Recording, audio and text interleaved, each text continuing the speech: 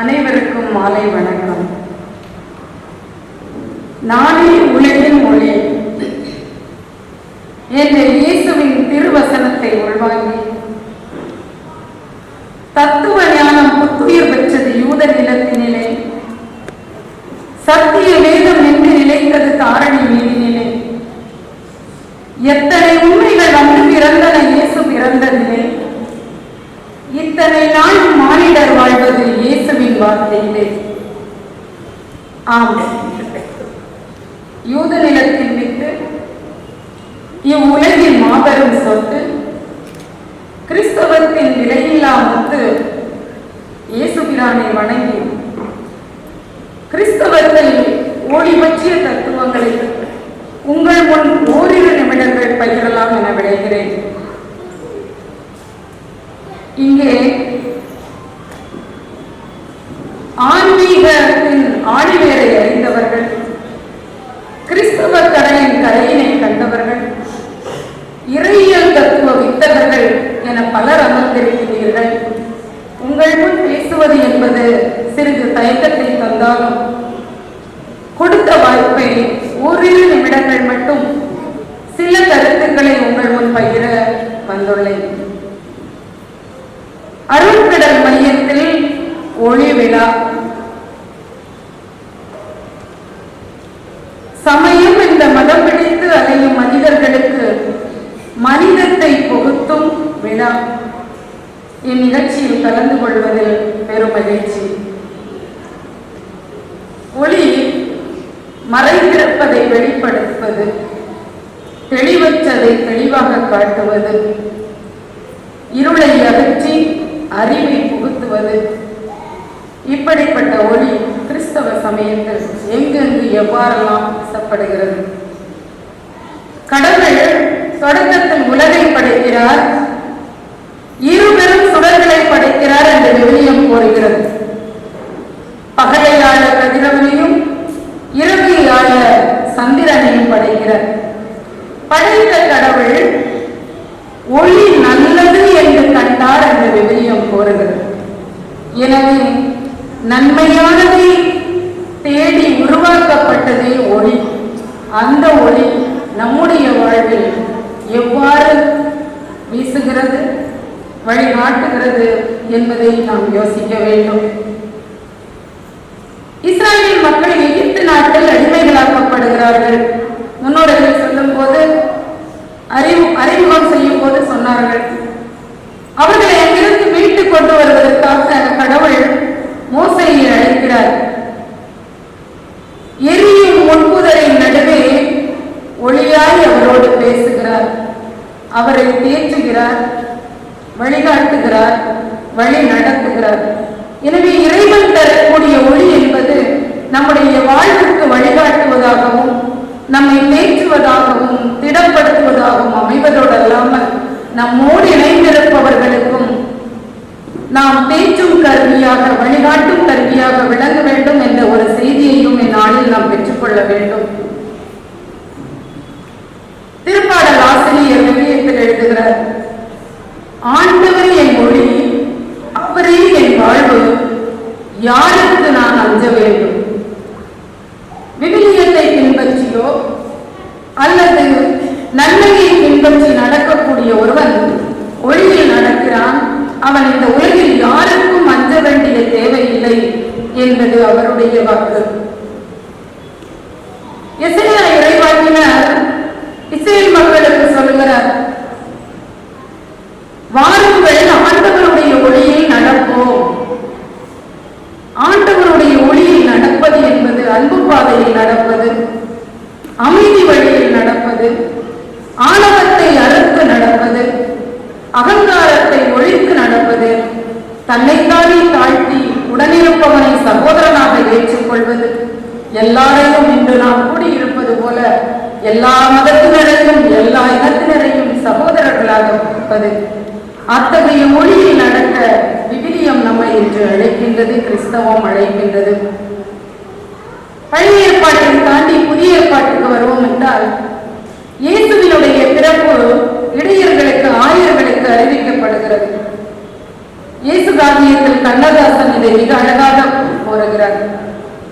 தன்மொழி பரப்பும் தகைசால் மைந்தனை கண்ணால் கண்டு கழித்தனர் ஆயரே, விடிடை தீபம் போல் விளங்க விண்மீனை கண்டு தன்னர விண்மீன் காட்டும் தனிவழி நடந்தே சென்றார். இயேசு காவியத்தை கண்ணதாசன் எழுதுகிறார். அவரை பற்றிய குறிப்பிலே சொல்லப்படுகிறது, கண்ணதாசனால் இறுதியாக எழுதப்பட்ட இரவாத காவியம் இயேசு காவியம் என்று. ஒரு முறை 8ஆம் வகுப்புக்கு தமிழாசிரியராகிய நான் பாடம் நடத்திக் கொண்டிருந்தேன்.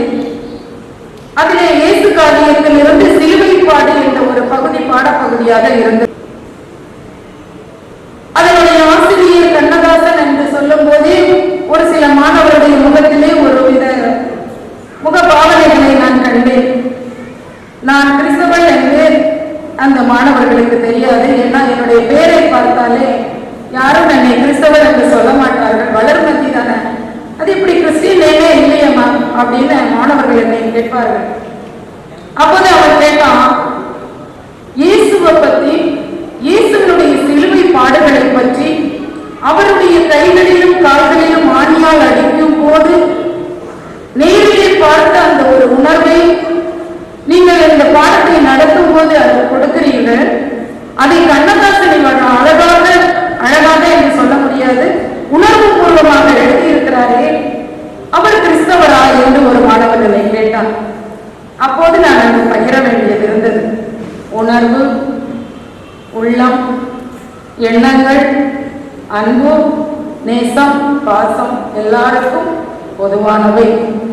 ஒரு மனிதனுடைய வேதனையை கண்டு எவன் அது தனக்கு நடந்ததாக நினைக்கிறானோ அவன் சமயத்தின் ஒளியில் பயணம் செய்து கொண்டிருக்கிறான் என்பதில் சிறிதளவும் சந்தேகம் இல்லை. விவிலியத்திலே இன்னொரு பகுதி வருகிறது, விளக்கு பற்றிய ஒரு உவமை. அதையும் கண்ணதாசனுடைய காவியத்திலிருந்து சில வரிகள். நாட்டினை ஒளியாய் என்று இல்லத்தில் மட்டுமன்றி எங்களும் ஒளியை காட்டி செல்லுங்கள். வீட்டில் மட்டுமல்ல, சமூகத்துக்கு மொழி தரக்கூடிய மக்களாக நாம் விளங்கும்.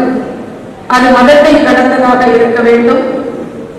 நம்முடைய மனம் எதை விரும்புகிறதோ, நமக்கு எது தேவை என்று நினைக்கிறதோ அது மற்றவரும் பெற்று மகிழ வேண்டும் என்ற எண்ணமுடையவராக நாம் விளங்கும் போது ஒளியுடைய மக்களாக விளங்குகிறோம்.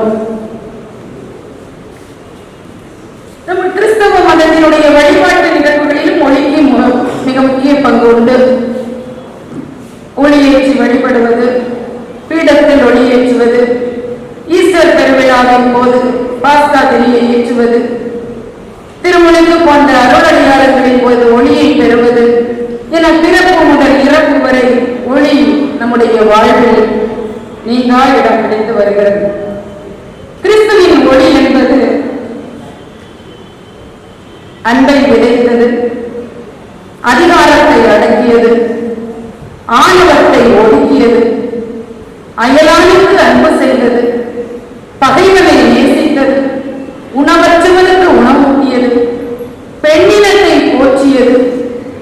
இப்படி இயேசு வழங்கிய ஒளி என்பது இந்த சமூக மாற்றத்திற்கான ஒளியாகத்தான் நாம் எங்கும் பார்க்கிறோம், எல்லா இடங்களிலும் பார்க்கிறோம். அத்தகைய ஒளியை ஏற்றக்கூடிய மக்களாக, ஒளியின் மக்களாக நாம் வாழ்வதை இந்த சமயங்களை நாம் பின்பற்றுவதனுடைய நோக்கமாக அமைய வேண்டும்.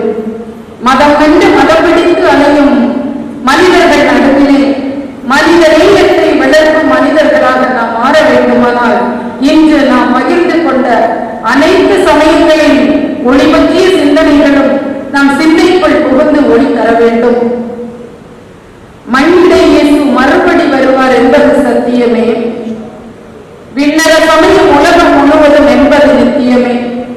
விண்ணரசுக்குரிய நீதி, நேர்மை, அன்பு, சமத்துவம், சகோதரத்துவம், விட்டுக் கொடுத்தல், மன்னிப்பு போன்ற செய்திகளை, கருத்துக்களை தான் இயேசு பெருமான் ஒளியென்ற பெயரால் விவிலியத்தின் மூலம், தம் வாழ்வின் மூலம் நமக்கு காட்டியிருக்கிறார்.